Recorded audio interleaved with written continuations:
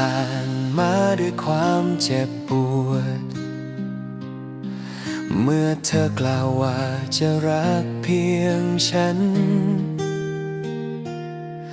ชีวิตคราวนี้ไม่ลงเอยปล่อยวางทุกสิ่งอย่างมอบไม่ได้ความรักที่ดีเธออย่าเสียใจตะวันตกดินแสงจันทร์เฉิดฉายทุกเส้นทางที่เคยคุ้นเคยกลับไร้เงาเธอ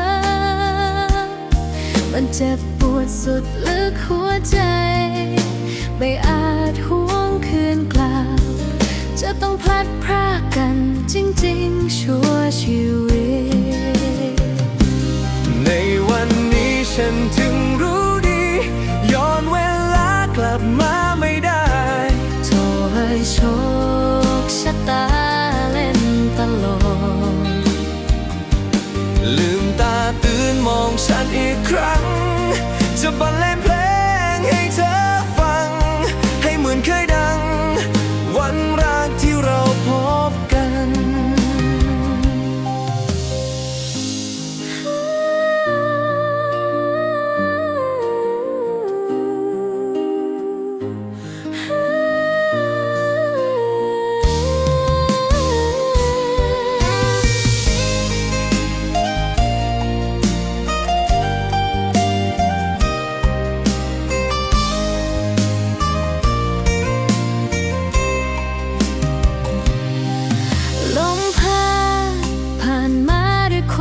เจ็บป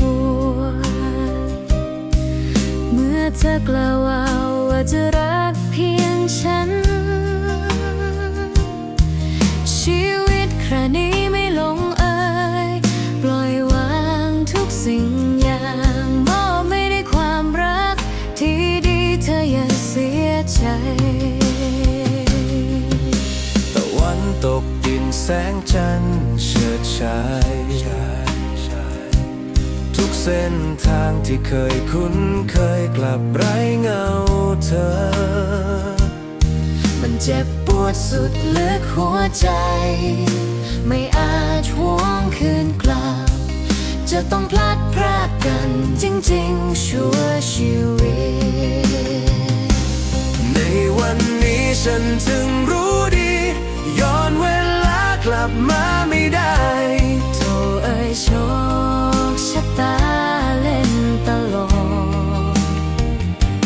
ลืมตาตื่นมองฉันอีกครั้งจะบรรเลงเพลงให้เธอฟังให้เหมือนเคยดังวันแรกที่เราพบกันในวันนี้ฉันถึงรู้ดีย้อนเวลากลับมาไม่ได้โทษเอ่ยโชคชะตาเล่นตลกลืมตาตื่นมองฉันอีกครั้งจะบรรเลงเพลงให้เธอฟังให้เหมือนเคยดังวันแรกที่เราพบกัน